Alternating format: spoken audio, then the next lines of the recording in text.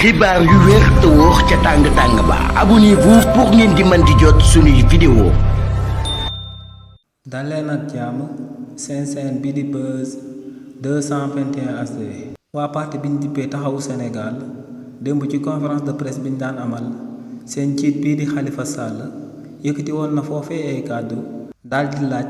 yoonu réewu Sénégal si fu mu daal di toll jëmale ko ci siège taxawu Sénégal bi nga xam ne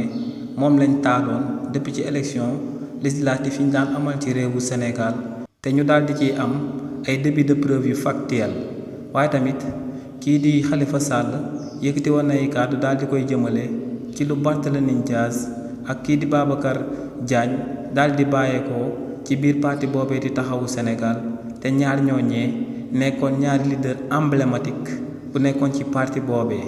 waaye tamit kii di Khalifa Sall yëkkati woon na ay ŋàññ daal di koy jëmale ci situation économique sociale ak démocratique bu réewu Sénégal nekk di dund actuellement. si li ni mel kii di Khalifa Sall ne siège bi nga xam ne si la daal di oo journaliste yi ba tey ñëpp daal di nañuy gis que ne siège boobee dañ ko yàqati woon depuis ci élection législative anticipée yi ñu daan amal ci réewu Sénégal nee nag li ni mel moom moo sabab muy interprété waat yoonu réewu Sénégal jëmale ko ci procédure judiciaire bi nga xam ne moom lañ daal di ibbi di amal ay enquête jëmale ko si li ni mel ne lu leer ba am moom mooy que ne depuis bañ daal di taalee seen siège boobee di siège taxawu Sénégal ne njëkkoon nañoo porter plainte ba mbir mi amee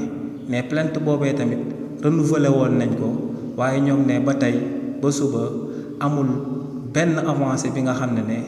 daal di nañ leen koy daal di notifier jëmale ko si luñ taaloon seen siège bii di taxawu Sénégal. mais li ni mel moom moo sabab muy interpeller procureur de la République waaye tamit di interpeller yoonu réewu Sénégal ngir mu daal di amal liggéeyam ndax ne ginnaaw ba jéyee boobee amee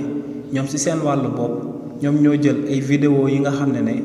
bañuy amal jéye bi vidéo yooyu dañ daan filmer daal di jël cassette yi daal di koy jébbal yoonu réewu Sénégal. waaye tamit ne am na akub acteur politique bi nga xam ne dafa daal di toog Sénégal yi yëpp daal di koy dégg mu daal di tëkk waa taxawu Sénégal te ne ginnaaw loolee dañ daal di gis que ne siège taxawu Sénégal bi dañ koo daal di taal donc ne lu leer ba am moom mooy que ne enquête boobee war nañ koo daal di amal mu da war a gaaw nu mu war a gaawee ndax ne gis nañ procédure judiciaire yi nga xam ne moom lañ mujjee ibbi te àtte nañ yooyee ba noppi te ñoom seen bos ba gannaaw suba kenn laalagu ko ginnaaw li ni mel kii di Khalifa Sall daal di wëyal ne lu leer ba am nag moom mooy que ne daal di nañuy remarqué ñaari calibre yu ponkal yu nekkoon seen parti bii di taxawu Sénégal te muy Barthélémy Dias ak Babacar Diagne ñaar ñooñee daal di génn daal di bàyyeekoo ci parti bii di taxawu Sénégal waaye nee nag li ni mel akub sant yàlla la te ne kii di Barthélémy Dias ak kii di Babacar Diagne ba àdduna di tukki seeni xarit la ñuy daal di doon. nee nag yenn saa yi nga daal di bokk ak nit ci benn affaire kookee dem ba màgg dootu leen mën a daal di bokk affaire boobee ne li ni mel rek moom moo sabab Barthélémy Dias ak Babacar Diagne daal di bàyyeekoo ci parti boobee di taxawu Sénégal waaye nee nag li ni mel du gulet la soog a daal di am ci parti bii di taxawu Sénégal te ne sëgëm dund nañ ko dundaat ko dundati ko ne yoon bi ñu daan jaar rek la ñuy daal di jaar te moom mooy duggaat ci village yi. duggaat ci commune bi daal di koy jeexalee ci ville yi dem wax ak population bi ne ñoom force bu ñu am te muy force boo xam ne kenn mënu koo jëlee ci ñoom moom mooy seen force de régénération moom mooy seen force de renaissance te ne force boobee ñoo ngi koy user ci lañ daal di nekk te ne li ni mel moom moo sabab depuis bañ génnee ci élection présidentielle 2024 yi ba tey kenn gisatul woon ñu daal di àddu jëmale ko ci ëtt politique bi wala ñu amal ay conférence de presse di wax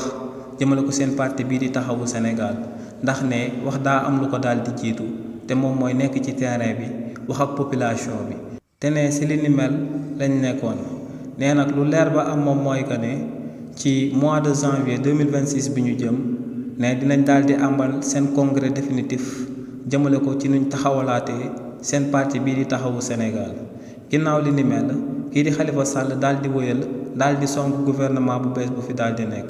kii di Khalifa Sall ne lu leer ba am moom mooy que ne actuellement képp ku ne la Sénégal dafa daal di neex ne dalay daal di wax lu ko neex ndax ne lu leer ba am moom mooy que ne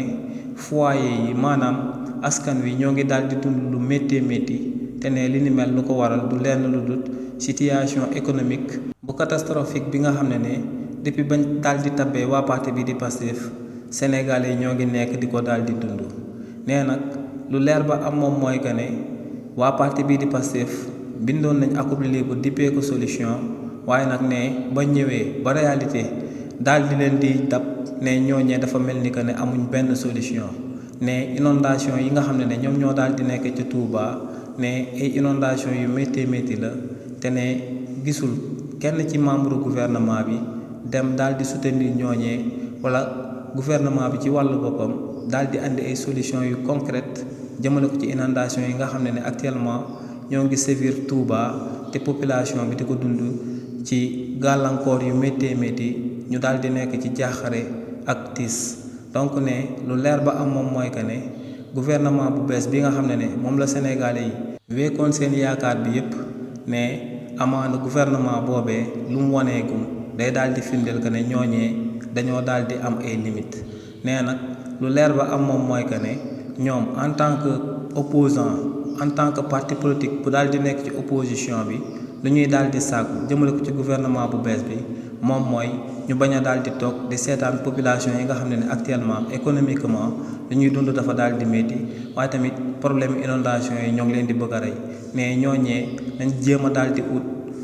ay solution coûte que coûte daal di taxawu askanu réewu Sénégal jëmale ko ci tolof-tolof yi nga xam ne ñoom ñoo ngi koy daal di dund ndax ne ñoom ñoo jaayante xëccoo bopp réew mi ba daal di siy jot te ne li ni mel nag moom moo sabab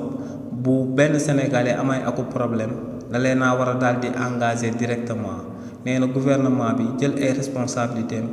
jëf jéego yu mu war a daal di jëf jëmale ko ci inondation yi nga xam ne actuellement non seulement du Touba rek la ñuy daal di sévir waaye ne ci biir Sénégal yépp foo dem da nga fa fekk ay inondation yu takkoo takku waaye tamit ba tey ne vie bi nga xam ne moom la Sénégalais yi di dund ne vie bu seer la ne tamit économiquement daa mel ni que ne Sénégalais yi ñoo ngi bëgg a dee ginnaaw bañ tabbee parti bii di Pastef kàddu yi ni mel la kii di Khalifa Sall yëkkati woon daal di koy jëmale ci situation économique bu daal di nekk ci réewu Sénégal daal di koy jëmale ci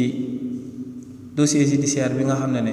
moom la parti bi di taxawu Sénégal di réclamer jëmale ko ci yoonu réewu Sénégal waaye tamit daal di koy jëmale si lu Barthélémy Dias ak Babacar Mbengue di maire bu Bel-Air daal di bàyyeekoo ci biir parti bi di taxawu Sénégal. xibaar yu wér te wóor ca tàng tàng ba abonnez-vous pour ngeen di mën di jot suñuy vidéo